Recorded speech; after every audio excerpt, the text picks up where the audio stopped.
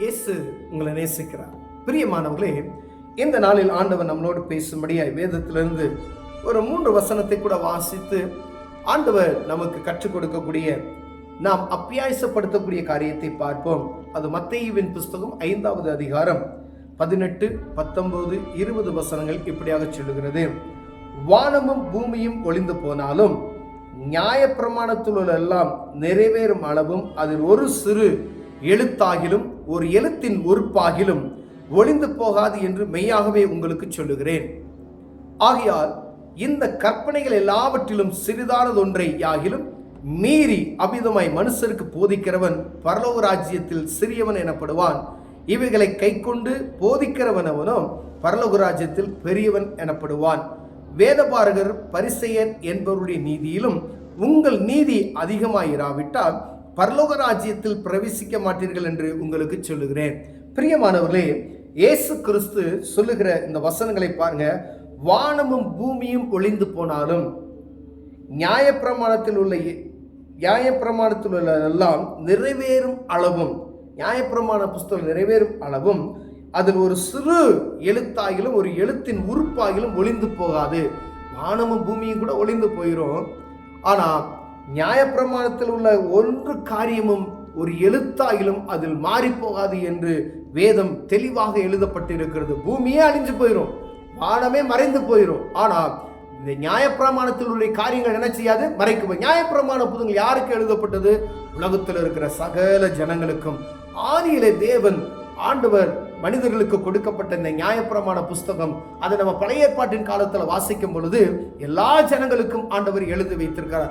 ஏதோ ஒரு குறிப்பிட்ட மக்களுக்கு மாத்திரம் அது எழுதப்படவில்லை. ஏன்னா இப்படிதான் நீ வாழணும், இப்படிதான் இருக்கணும், இதை தான் நீ செய்யணும், எல்லா விதத்தையும், யார் எப்படி இருக்கணும், நீ எப்படி திருமணம் பண்ணணும், யாரை திருமணம் பண்ணணும், எதை நீ சாப்பிடணும், எதை சாப்பிடக்கூடாது, சகலத்தையும் இந்த நியாயப்பிரமாணத்தில் எழுதப்பட்டு இருக்கிறதை நாம் அறிந்திருக்கிறோம். பிரியமானவர்களே, அந்த காரியத்தை சரியாய் ஜனங்களுக்கு போதிக்கும்படியே நாம் அழைக்கப்படுகிறோம். ஆகையால் இந்த கற்பனை எல்லாவற்றிலும் சிறிதானதொன்றையாகிலும் மீறி அவ்விதமாய் மனுஷருக்கு போதிக்கிறவன், ஒரு சின்ன காரியத்தை கூட மறைக்காதபடி மக்களுக்கு போதிக்கிறவன் அங்கு பெரியவன் எனப்படுவான் பரலோகத்தில்.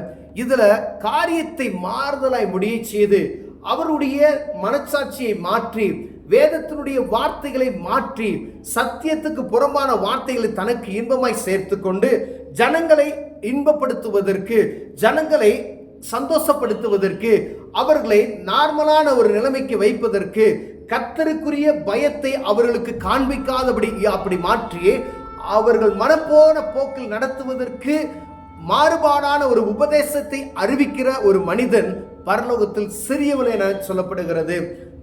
நம்ம வேதத்தில் வாசிக்கும் பொழுது இயேசுவின் நாமத்தில், ஆண்டவரே, நாங்கள் கிறிஸ்துவின் நிமித்தம் அற்புதங்களை செய்தோம், அடையாளங்களை செய்தோம், மரித்தவனை உயிரோடு எழுப்பினோம், குருடை பார்வையை செய்தோம் அப்படின்னு சொல்லுகிறார்கள். ஆனால் ஆண்டவர் சொல்லுகிறார், அற்ப விசுவாசில அவங்க எல்லாம் போங்க, அங்கிட்டு போயிருங்க அப்படின்றாரு.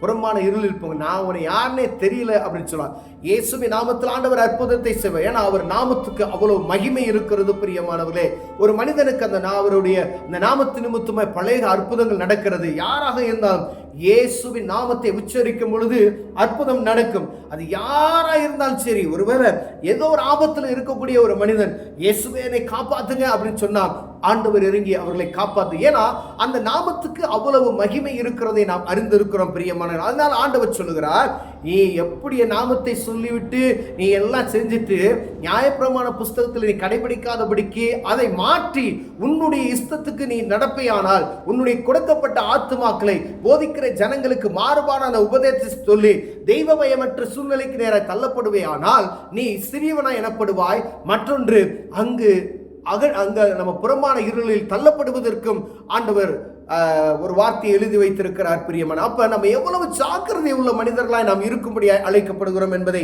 உணர்ந்து கொள்ளும்படியாய் இந்த வசனம் இயேசு கிறிஸ்து எழுதி வைத்திருக்கிறார்.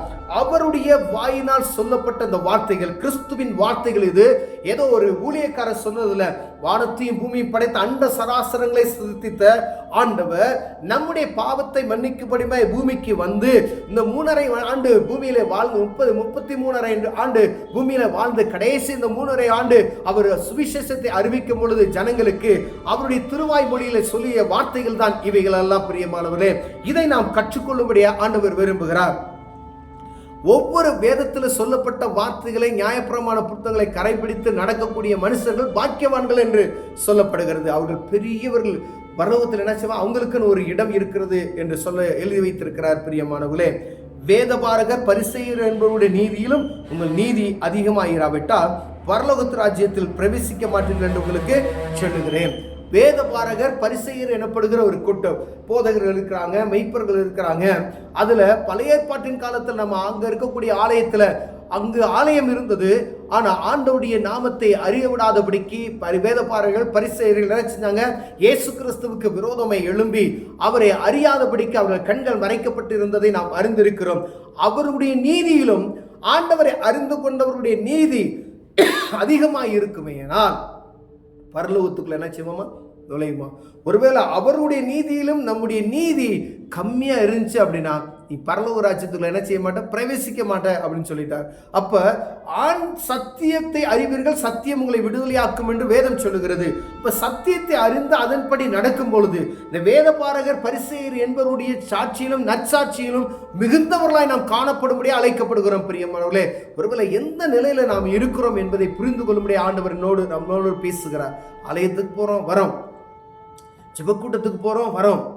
ஆனா என்னுடைய தனிப்பட்ட ஆவிக்குரிய வாழ்க்கை நிலைமை என்ன நிலையில இருக்கிறது என்று பார்க்கும்படியே ஆண்டவர் விரும்புகிறார். ஐயா, நான் வேத புத்தகத்தை நான் இத்தனை தடவை நான் வாசித்துட்டேன், ஆனா இதன்படி என்னால் நடக்க முடியல அப்படின்னு சொல்லிட்டா, அப்ப வேத பாரகர்கள் பரிசேயர்கள் நம்ம என்ன செய்வோம், குறைந்து போயினவர்களாய் காணப்படுவோம். ஏன்னா அவர்கள் சில சட்டத்திட்டங்களை கரெக்டாக ஆதி பழைய ஏற்பாட்டின் காரியத்தை நடப்பாங்க, ஆனா கிறிஸ்துவின் காரியத்தில் என்ன செய்ய மாட்டாங்க, அவங்க சரியா நடக்காம இருக்கிறாரு, நம்ம அறிந்திருக்கிறோம். பிரியமானவர்களே, அப்ப என்னுடைய ஆவிக்குரிய வாழ்க்கையில எங்கு சோர்ந்து போயிருக்கிறது, என் ஜெப நேரம் எப்படி இருக்கிறது, உலகத்துக்கான நாம் கொடுக்கக்கூடிய நேரம், ஆண்டவருக்கு கொடுக்கக்கூடிய நேரம், உலகத்தில் இருக்கிற மனிதருக்காய் நாம் பிரயாசப்படக்கூடிய நேரம், உலகத்தில் காணப்படுகிற காரியங்களுக்கு நாம் ஆண்டவர் சமூகத்தில் முறையிடக்கூடிய காரியம். ஏன்னா ஆண்டவர் விரும்புகிறார் அப்படிப்பட்டதான காரியத்தை. உலகத்தில் எல்லா மனிதருக்கும் நம்ம ஜெபிக்கிறவர்களாய் காணப்படுகிறோமா? நற்கிரியை நம்மளிருந்து வெளிப்படுகிறதா? ஆண்டவர் சொல்லும் இந்த வார்த்தைகள் பரலோகத்தில் இங்க சொல்லப்படுகிற நியாயப்பிரமாண புத்தகத்தில் நடக்கப்பட்ட காரியங்கள் எனக்குள்ள நடக்கப்படுகிறதா?